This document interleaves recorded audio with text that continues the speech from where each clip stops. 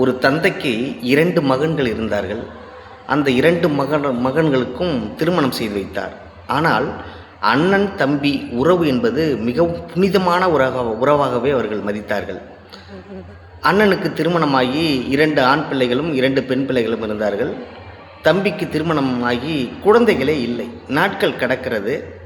அப்பா தன்னுடைய சொத்துக்களை 2 பிள்ளைகளுக்கும் பகிர்ந்தளித்தார்.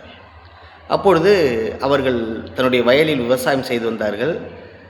வயலில் நெல் வந்தோடனே அறுத்த உடனேயே ஒரு 1000 மூட்டை அண்ணனுக்கும் தம்பிக்கும் 1000 மூட்டை கிடைக்கும். அண்ணன் என்ன செய்வான்னா, நைட்டு ஒரு 200 மூட்டையை யாருக்கும் தெரியாமல் எடுத்துகிட்டு போய் தம்பியோட மூட்டையோடு சேர்த்து வச்சுருவான். தம்பி என்ன செய்வான்னா, அண்ணனுக்கு தெரியாமல் ஒரு 200 மூட்டையை தான் மூட்டையில் எடுத்துகிட்டு போய் அண்ணன் மூட்டையில் வச்சுருவான். இதே மாதிரி தான் நடந்துக்கிட்டு இருக்கு. நாட்கள் நகருகிறது. ஒரு நாள் அண்ணனும் தம்பியும் மூட்டையை பகிர்ந்து கொள்ளும் பொழுது இடையில் சந்திக்கிறார்கள். தம்பி, அண்ணன் கேட்டான், தம்பி உனக்காக தான் நான் 200 மூட்டையை கொண்டு போய் நான் வச்சுட்டு வரேன்.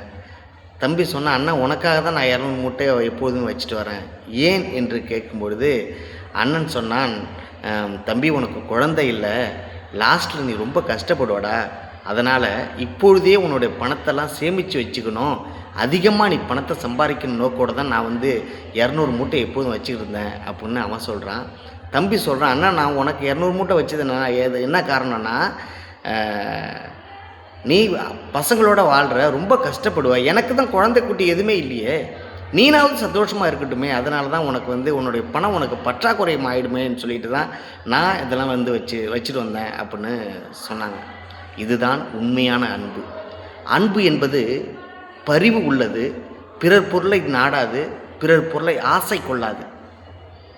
இந்த அன்பு இருக்கும் வரை இந்த உலகம் வாழ்ந்து கொண்டு தான் இருக்கும்.